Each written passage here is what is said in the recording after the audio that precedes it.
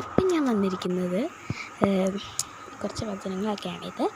പിന്നെ ഞാൻ നിന്നോട് ഓടിയ രക്ഷ നടത്തുന്നത് അങ്ങനെ കുറേ വചനങ്ങളുണ്ട് കേട്ടോ. ഇനിയും കുറേ വചനങ്ങളുടെ വീഡിയോ ഒക്കെ ഇടാം. അതിനു മുമ്പ് ഞാൻ എൻ്റെ കടയാണിത്. നമുക്കിവിടെ കുറേ തൂത്തുടയ്ക്കാനുള്ള പൊടികളൊക്കെ ഉള്ള സാധനങ്ങളൊക്കെ ഉണ്ട്. പിന്നെ ഇതുണ്ടോ ഈ സാധനം വെച്ച് എൻ്റെ പല്ല് കാണിച്ചത്.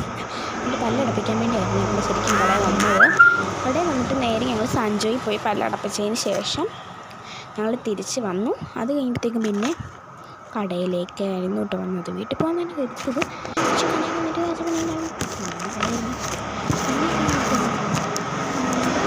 എന്താ പറയുക,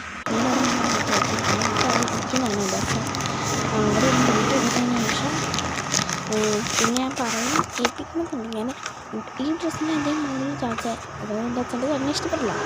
അങ്ങനെയൊക്കെ കുറച്ച് കാര്യങ്ങളൊക്കെ ഞങ്ങൾ പറയുന്നുണ്ട്.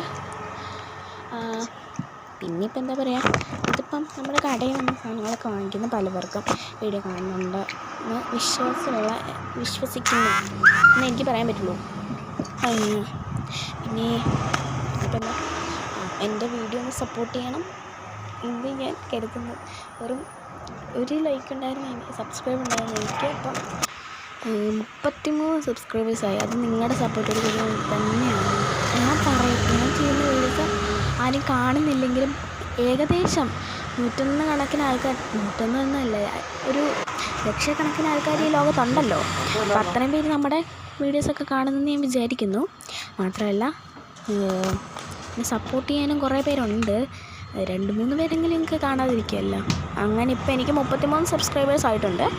ഇനിയിപ്പം എന്തായാലും നമ്മൾ എന്താ ഇപ്പോൾ പറയുക, പിന്നെ ഫ്രിഡ്ജ് കാണിച്ചില്ല. ഇവിടെ പാല് മുകളിലത്തെ സംഭവത്തിൽ പാലും താഴത്തേക്ക് വെള്ളവും വെക്കുന്ന സ്ഥലമാണ്. ഇതിവിടെ പച്ചക്കറികളൊക്കെയാണ്. പച്ചക്കറി എന്ന് പറയാനില്ല, കുറച്ചൊക്കെ ഉള്ളൂ. എന്തായാലും നമ്മൾ ഇനിയും പച്ചക്കറികൾ വെക്കുന്നതായിരിക്കും. അപ്പോൾ ഇനി ഇന്നത്തെ ഇത്രയൊക്കെ ഉള്ളൂ. ബൈ.